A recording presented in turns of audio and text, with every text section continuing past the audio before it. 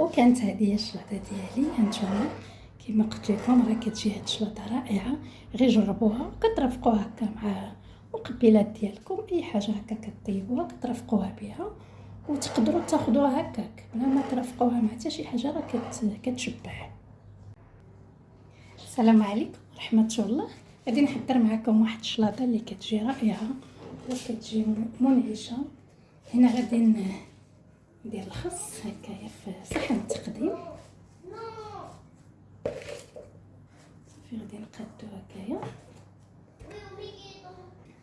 وهنا عندي البربه اللي هكا مسلوقه ومقطعه، غادي نزيدها هكا على الخس.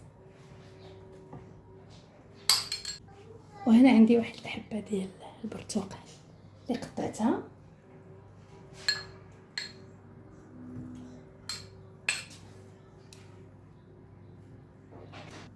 وهنا عندي واحد الحبه ديال الجزر اللي حكيتها حتى هي غادي نزيدها هكا.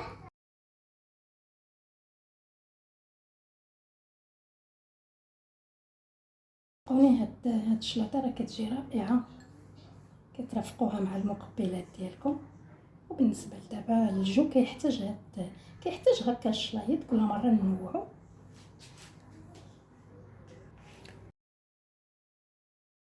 حتى هي غادي نزيدها.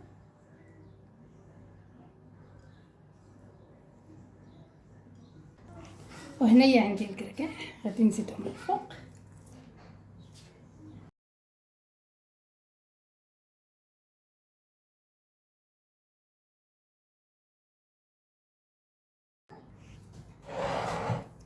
هنايا عندي واحد نص ليمونه اللي عصرتها، يعني برتقال، وزدت عليها واحد العصيره ديال الحامض.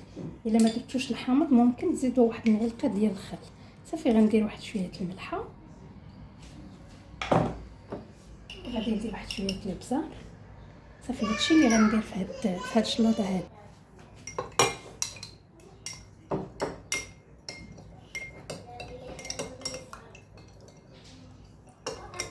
صافي وغادي نزيد هكا على الشلاضه.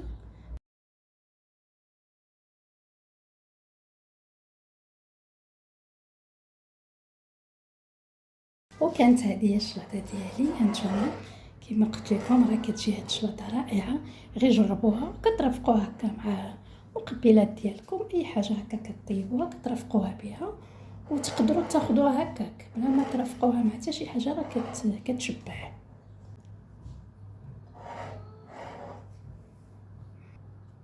وهنا ما بقى لي نقول لكم تبقاو على خير حتى الفيديو المقبل ان شاء الله. ما تنسونيش من لايك واشتراك في القناه.